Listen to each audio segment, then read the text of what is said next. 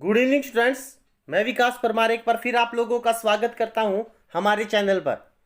तो आपके पास कुछ पॉलिटिकल साइंस के क्वेश्चन लेके आया हूं मैं, जो बहुत इंपॉर्टेंट क्वेश्चन है और जो एग्जाम में आने की ज़्यादा से ज़्यादा संभावना रहती है और आए हुए भी हैं एग्जाम में। तो जो क्वेश्चन हमारे पास वो ये कि अनुच्छेद 156 किससे संबंधित है? अनुच्छेद 154, अनुच्छेद 153 और 155। पहला आपके पास मैं आपको बता देता हूं, अनुच्छेद 156 जो होता है वो राज्यपाल के कार्यकाल के बारे में बताता है कि राज्यपाल का कार्यकाल कितना होता है। मैं आपको बता देना चाहता हूं कि राज्यपाल का वैसे तो कोई फिक्स कार्यकाल नहीं होता। राज्यपाल को समय से पहले भी पद छोड़ना पड़ सकता है, क्योंकि राज्यपाल की जो नियुक्ति की जाती है वो राष्ट्रपति के द्वारा की जाती है और राज्यपाल राष्ट्रपति के प्रसाद पर्यंत पद पे रहता। जब तक राष्ट्रपति चाहता है तब तक राज्यपाल रहेगा, और जिस दिन राष्ट्रपति ने उसको पद से हटाने की मन में इच्छा जाहिर की तो उसको पद छोड़ना पड़ेगा। और वैसे कार्यकाल राज्यपाल का 5 साल का होता है, राष्ट्रपति का कार्यकाल भी 5 साल का होता है, और राष्ट्रपति के कार्यकाल को भी समय से पहले खत्म किया जा सकता है। उसके ऊपर महाभियोग लगा के राष्ट्रपति के कार्यकाल को समय से पहले खत्म किया जा सकता है। उसके 154 जो आर्टिकल आपके पास, 154 जो आर्टिकल है वो राज्यपाल की कार्यकाल के बारे में बताता है। ये तो हो चुका, सॉरी 156 तो हो चुका। 154 आर्टिकल 154 जो आर्टिकल है वो राज्य की कार्यपालक शक्तियों के बारे में बताता है। राज्यपाल की जो कार्यकारी शक्तियां होती है ना राज्य के लिए, उसके बारे में बताता है आर्टिकल 154। तो जो 156 है वो तो 2 से संबंधित हो गया और 154 1 से संबंधित हो गया। 153 जो आर्टिकल है वो राज्यों के राज्यपाल के बारे में बताता है कि प्रत्येक राज्य का एक राज्यपाल होगा। एक चीज का ध्यान रखना, 2 राज्यों का एक राज्यपाल हो सकता है, 2 राज्यों का एक राज्यपाल हो सकता है। और ये भी कोई जरूरी नहीं होता कि राज्यपाल उसी राज्य का होना जरूरी नहीं है, उसी राज्य का भी राज्यपाल बन सकता है। और ये कोई संविधान में इस बात का जिक्र नहीं है कि भैया मान लो कि हरियाणा का कोई राज्यपाल है तो वो हरियाणा का निवासी नहीं हो सकता। अगर संविधान में ऐसा कोई जिक्र नहीं है, हमारी परंपरा चली आ रही है, अगर हरियाणा का राज्यपाल है कोई बनना चाहता तो हरियाणा का व्यक्ति भी हरियाणा का राज्यपाल बन सकता है। आर्टिकल 155 जो आर्टिकल कहता है वो क्या कहता है कि राज्यपाल की नियुक्ति किसके द्वारा की जाती है? राष्ट्रपति के द्वारा की जाती है। तो इस प्रकार आपके पास ए जो है वो 2 से संबंधित है, तो इसमें बी में भी है और डी में भी है। उसके बाद जो बी है वो किससे संबंधित है? वो 1 से संबंधित है। तो एक किसमें हनली आपके पास बी, तो आंसर क्या हो जाएगा आपके पास? बी आंसर हो जाएगा इस क्वेश्चन का। नेक्स्ट क्वेश्चन के ऊपर हम आते हैं बच्चों। ये जो क्वेश्चन आपके पास, इस क्वेश्चन ये यहाँ से 2 क्वेश्चन आपको दिए गए हैं, इन दोनों क्वेश्चनों को देखते हैं बच्चों। पहला क्वेश्चन ये आपके पास कि एक साइड में रिटें दे रखी है और उनका शाब्दिक अर्थ पूछा गया है। रिट परमादेश रिट का मतलब क्या होता है? बंदी प्रत्यक्षीकरण रिट का मतलब क्या होता है? अधिकार परीक्षा का मतलब क्या होता है? और उत्प्रेषण लेख का मतलब क्या होता है? मैं आप लोगों को यहाँ से बता देना चाहता हूँ कि इन रिटों के माध्यम से किसी भी सरकारी व्यक्ति के खिलाफ या हाईकोर्ट के खिलाफ, जो अधीनस्थ न्यायालय होते हैं उनके खिलाफ आप मतलब आपके मौलिक अधिकारों की रक्षा हो सकती है। परमादेश रिट का मतलब होता है कि जब कोई व्यक्ति अपने कर्तव्य का पालन ठीक तरीके से नहीं कर रहा होता तब सुप्रीम कोर्ट और हाई कोर्ट के द्वारा उस व्यक्ति के खिलाफ एक रिट जारी की जाती है और उस व्यक्ति को कहा जाता है कि आप अपने कर्तव्य का पालन अच्छी तरीके से करें। तो इसका मतलब हो गया ए इज इक्वल टू 2।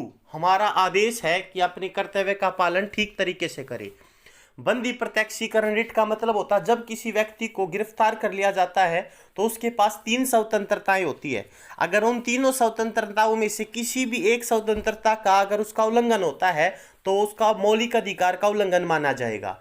जब किसी व्यक्ति को गिरफ्तार किया जाता है तो उसके पास 3 प्रकार की स्वतंत्रताएं जो होती है, उनमें से एक क्या होती है कि वह अपनी गिरफ्तारी का कारण पूछ सकता है। दूसरी क्या होती है कि उसे 24 घंटे के अंदर अंदर मजिस्ट्रेट के सामने प्रेजेंट करना पड़ेगा।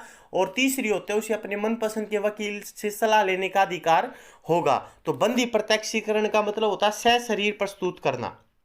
अधिकार परीक्षा का मतलब होता है जब कोई व्यक्ति किसी ऐसे पद का प्रयोग करने लग जाता है जो उसको कानूनी रूप से वैलिड नहीं है, तब उसके खिलाफ एक रिट जारी की जाती है और उससे पूछा जाता है कि आप किस अधिकार से एक काम कर रहे हो, तो C इज इक्वल टू 1।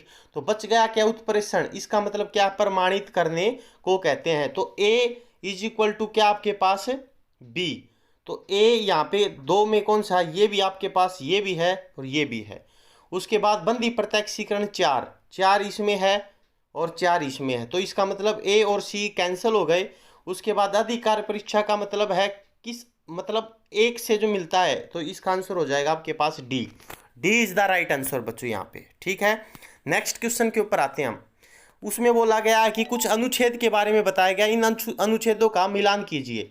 सर्वोच्च न्यायालय का रिट अधिकार क्षेत्र किस अनुच्छेद में है, सरकार के विरुद्ध दावा किस अनुच्छेद में है, उच्च न्यायालय का रिट अधिकार क्षेत्र किस अनुच्छेद में है, न्यायिक समीक्षा के अधिकार क्षेत्र किस रिट में है, किस अनुच्छेद में है।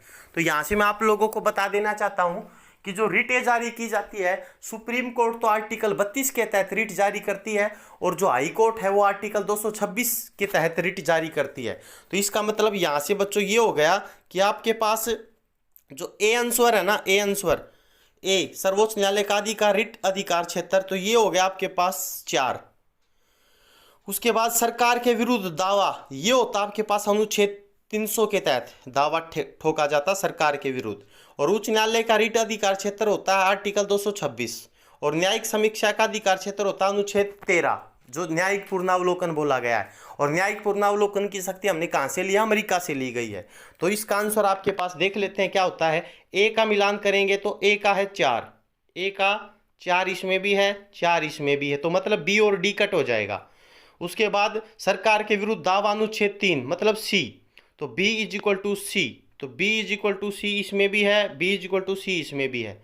उसके बाद उच्च न्यायालय का अधिकार रिट क्षेत्र, ये है C is equal to B, C is equal to B, ये C is the right answer, इसमें सी आपका आंसर हो जाएगा। नेक्स्ट क्वेश्चन के ऊपर आते हैं बच्चों। नेक्स्ट क्वेश्चन आपके पास क्या रहेगा, लोकसभा में अविश्वास प्रस्ताव प्रस्तुत करने के लिए कितने सांसदों का समर्थन आवश्यक है, तो इसका आंसर रहेगा आपके पास 50। अविश्वास प्रस्ताव जो होता है वो किसके खिलाफ जारी किया जाता है, वो मंत्री परिषद के खिलाफ जारी किया जाता है। 2 प्रकार का प्रस्ताव होता है, एक होता है अविश्वास प्रस्ताव और एक होता है निंदा प्रस्ताव।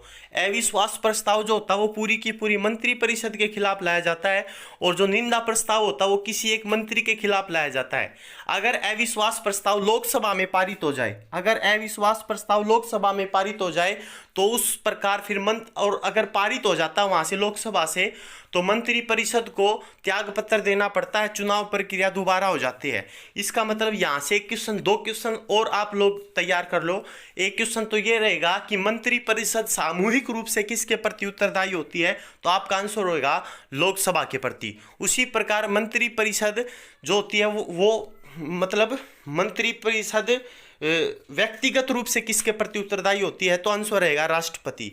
अविश्वास प्रस्ताव तभी लाया जा सकता है जब शुरुआत में 50 सदस्यों की सहमति समर्थन जरूरी